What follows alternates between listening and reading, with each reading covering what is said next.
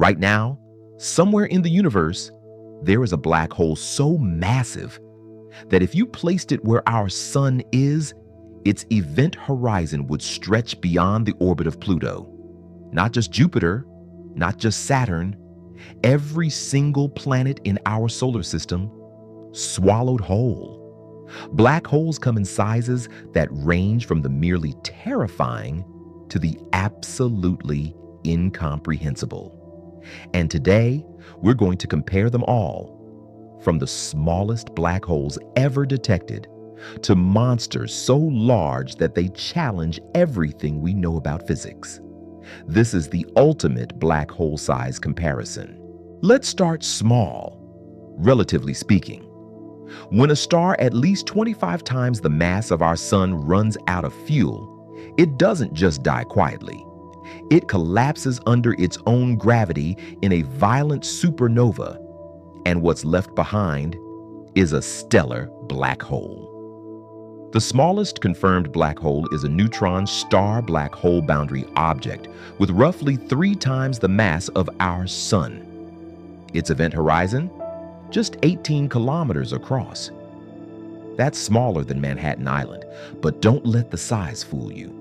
Even the smallest black hole contains more mass than our entire sun, crushed into a space smaller than a city. Then there's Cygnus X-1, one of the most famous black holes in astronomy. It has about 21 times the mass of our sun, with an event horizon roughly 62 kilometers wide. That's about the distance from London to Brighton. Cygnus X-1 was the first black hole ever confirmed, and in 1974, it was even the subject of a famous bet between Stephen Hawking and Kip Thorne. Hawking bet it wasn't a black hole. He lost. Now here's where things get strange. We know about stellar black holes, a few dozen solar masses, and we know about supermassive black holes, millions to billions of solar masses. But what about the ones in between? These are called intermediate mass black holes, and for decades, they were the missing link in black hole science. Most of them are estimated to have between 100 and 100,000 solar masses. One of the best candidates is HLX-1, located about 290 million light years from Earth. It's estimated to be around 20,000 solar masses.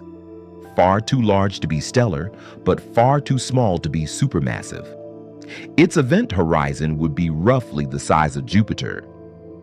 Think about that. A region of space the size of a single planet containing the mass of 20,000 suns. Scientists believe these intermediate black holes may be the seeds that eventually grow into the supermassive monsters at the centers of galaxies.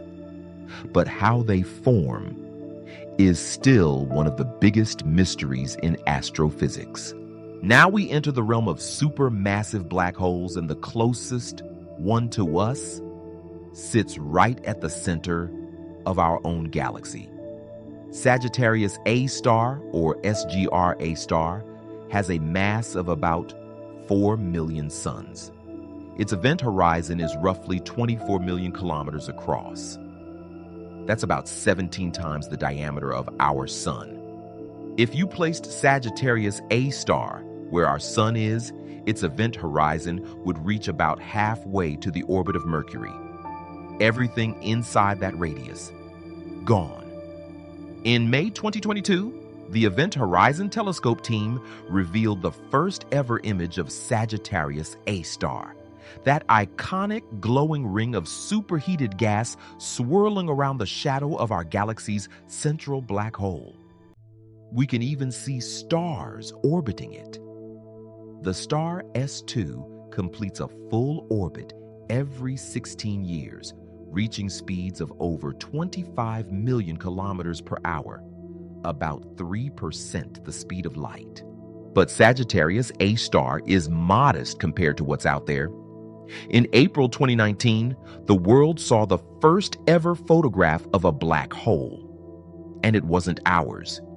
It was M87 star, the supermassive black hole at the center of the galaxy Messier 87.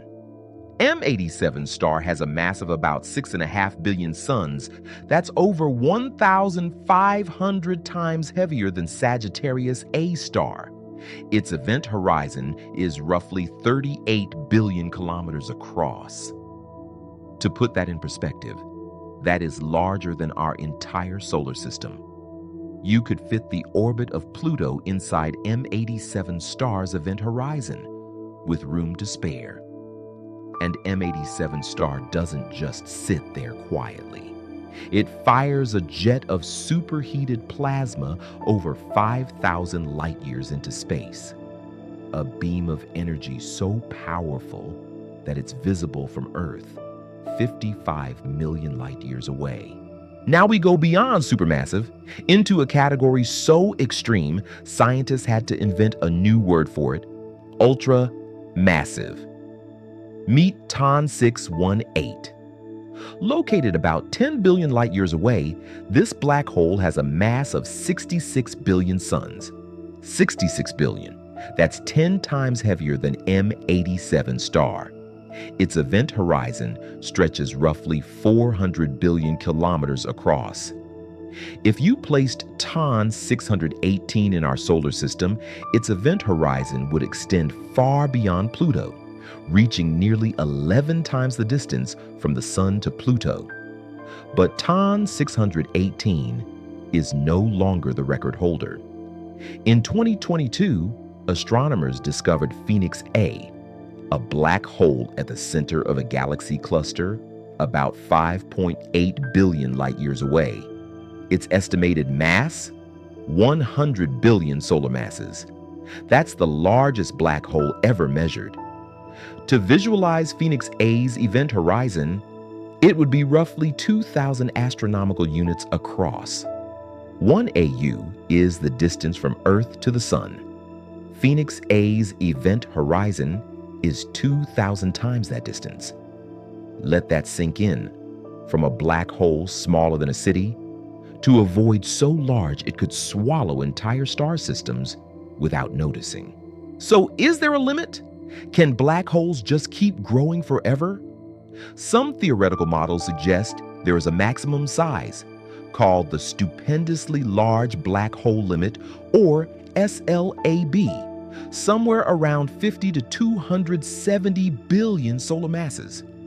Beyond that, black holes may not be able to gather enough material to grow further within the current age of the universe.